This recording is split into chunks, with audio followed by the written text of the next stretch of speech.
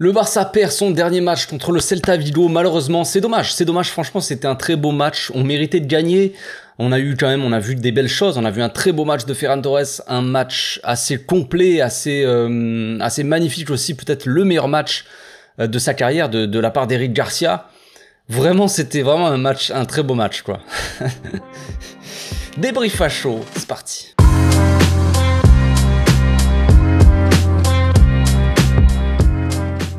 Au passage, n'hésitez pas à vous abonner, liker et commenter, c'est le meilleur moyen de me soutenir et ça fera plaisir à tonton. Bon, évidemment, je dis des conneries, vous le savez bien, c'est un peu le dernier, c'est pas le dernier débrief de la saison, mais parce qu'il va y avoir le débrief aussi du match contre le Vissel Kobe, qui sera mardi midi. Mais voilà, c'était le dernier match de la saison en Liga. Qui dit champion de Liga bien avant la fin, dit match dégueulasse de la part du Barça.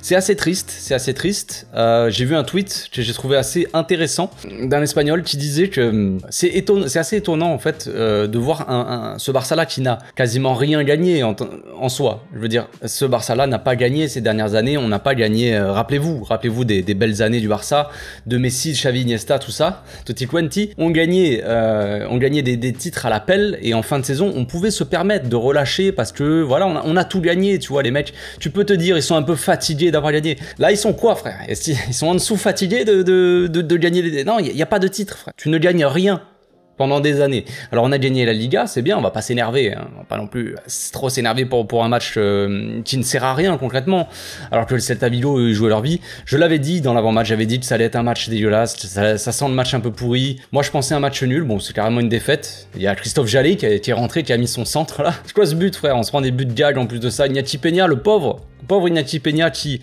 rentre, ça c'est n'importe quoi hein, d'ailleurs, hein. Je pars dans tous les sens, ouais, mais après je vais me recentrer un petit peu. Mais Iñaki Peña qui rentre à la 60e minute pour rien, frère, arrêtez de faire juste pour lui faire plaisir, pour lui donner des minutes, fais-le jouer le match titulaire contre le Japon, là, contre Vissel Kobe au Japon, et on n'en parle plus, frère, mais ça, le faire rentrer à la 60e minute, fais-moi rentrer un jeune, fais-moi rêver, fais-moi rentrer un Dani Rodriguez, un Pau Prime, je sais pas moi, un Unai Hernandez aussi qui est très bon au milieu, fais-moi rentrer Pablo Torre, j'en sais rien, mais plutôt, tu vois, mais me fais pas rentrer Iñaki Peña à la 60e minute, je m'en fous, soit tu le mets titulaire, soit tu le fais pas jouer, faut arrêter les bêtises. Donc bref, on va repartir un petit peu, on va se recentrer, se recalmer, on va souffler un petit peu, parce que c'est pas non plus la fin du monde. Donc Xavi était parti avec une composition assez logique, je dirais pas logique, mais moi je m'attendais à ça, à voir Eric Garcia en pivot, c'est ce qui était un peu sorti les dernières semaines. Je m'attendais aussi à voir Kessié jouer son petit match, parce qu'il a pas eu beaucoup de minutes. Je m'attendais aussi à voir Ferran Torres, je m'attendais à voir Ansu Fati titulaire quand même. Donc là, on a eu Rafinha, Lewandowski, Ferran Torres en attaque, et donc comme vous l'aurez compris, Eric Garcia, Frenkie et Kessié au milieu, avec une défense centrale, un axe, une charnière centrale Koundé et Christensen qui a eu un peu de mal, on le sent un peu fatigué, le pauvre Christensen. Fallait qu'il se repose en vrai, mais bon, Xavi l'a fait sortir ensuite à la mi-temps, je crois, à la place de Gavi donc. Et bref, à gauche on avait Marcos Alonso, à droite Sergi Roberto, le bon vieux Sergi Roberto. Donc ce match-là, il était compliqué parce que on a joué sans ailier, sans latéraux. Concrètement, Marcos Alonso, même si Marcos Alonso c'était un peu mieux que Roberto, même si bon, on va pas non plus s'enflammer, mais les deux latéraux ne nous servaient à rien concrètement, et nos deux ailiers, hein, Ferran Torres et Rafinha, ne nous servaient à rien non plus. Donc en fait, on jouait sans ailier, sans rien. L'équipe du Celta, elle était très compacte, tout ça, ils jouaient assez haut, hein, pas forcément, ils ont pas posé le bus, ils étaient pas devant leur surface, mais le bloc était assez haut, mais très compact. Donc on avait eu du mal à se trouver dans les petits espaces, dans l'entrejeu. Évidemment, les joueurs qu'on avait sur le terrain ne sont pas forcément très adaptés pour trouver des solutions dans les petits espaces. Même si Kessié a fait plutôt une bonne première mi-temps, je dirais. C'était pas assez, il y a trop d'imprécision technique de la part de Kessié, des passes loupées. Techniquement, c'est pas très fin. Quand on a vu Pablo Torre rentrer en fin de match, c'était un peu plus sympa. L'entrée de Gavi aussi à la mi-temps, elle a fait du bien. Gavi qui beaucoup de mouvements dans l'entrejeu. Un jeu aussi dos au but, parce que le jeu dos au but, les gars, il est catastrophique.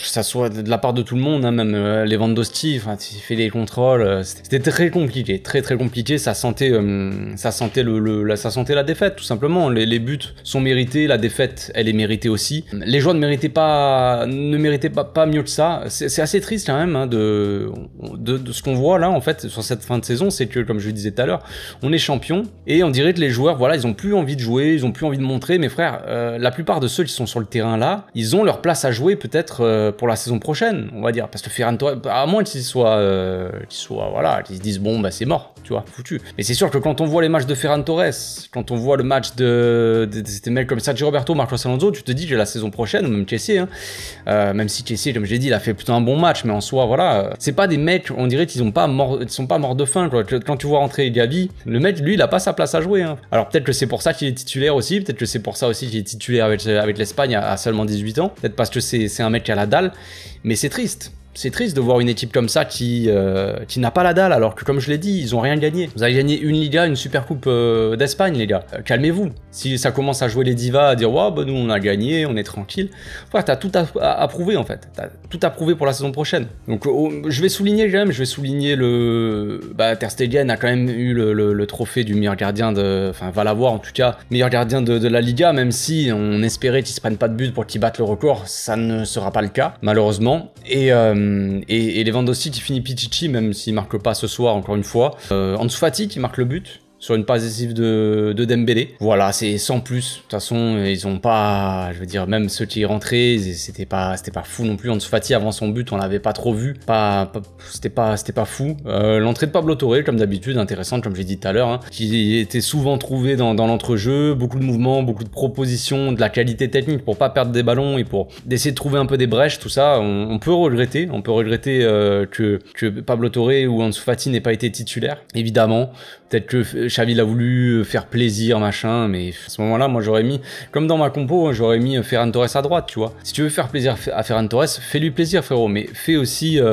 moi j'aurais mis Ansu Fati, je pense qu'il aurait mérité d'être titulaire, vu qu'il avait claqué un doublé dans le match d'avant, quoi. Donc encore une masterclass, une masterclass, j'ai pas envie de tomber sur Ferran Torres, parce que en soi il a fait 2-3 trucs bien, et des fois il y a des mecs qui font des trucs pas bien, c'est-à-dire par exemple Lewandowski, des fois il va louper des contrôles, alors que Ferran Torres lui faisait une petite passe sympa dans la profondeur, et Lewandowski qui fait un contrôle tellement dégueulasse, limite il l'envoie en sortie de but. Donc c'est pas le but n'est pas de tomber gratuitement sur Ferran Torres, sur Eric Garcia, mais c'est sûr que quand on voit que Ferran Torres en face de lui, son vis-à-vis c'était Mingueza, notre bon vieux Oscar Mingueza, tu te dis quand même que c'est d'une tristesse assez affolante. Eric Garcia, on l'a vu dans ce match-là aussi, on a eu quelques réponses, même si je peux pas te baser sur un match, mais en pivot ça ne va pas. Concrètement, Eric Garcia en pivot, ça n'a pas fonctionné aujourd'hui. Je sais pas si ça fonctionnera dans le futur, mais c'est sûr que c'est pas non plus l'option la plus flamboyante, quoi, la plus sexy. J'ai envie de dire. Dans ce match-là, Eric Garcia, il a été limite plus à l'aise quand il est repassé en défense. Donc est-ce qu'il faut essayer de tester ça, Eric Garcia en pivot, ou est-ce qu'il faut... Ça me paraît évident, c'est une question les gars, je n'attends pas de réponse à ça. Pour moi c'est très évident, mais est-ce qu'il vaut pas mieux donner sa chance à Nico Gonzalez, qui pourrait revenir de près et potentiellement jouer la saison prochaine avec nous, ou tout simplement Casado, Marc Casado, qui fait quand même des matchs, une saison assez monumentale avec le Barça B. La question, frère, elle est vite répondue, comme on dit. Donc on se laisse là-dessus. Je vais mettre en story sur Instagram une boîte à questions. Je ferai pas d'analyse du match, je pense, pour demain. Je ferai juste je vais prendre des questions, j'y répondrai. Donc je vais mettre en story sur Instagram. Le lien de mon Instagram, les gars, est dans la description. Donc on se retrouve demain. D'ici là, portez-vous bien, passez une agréable soirée, dormez sur vos deux oreilles. Ciao.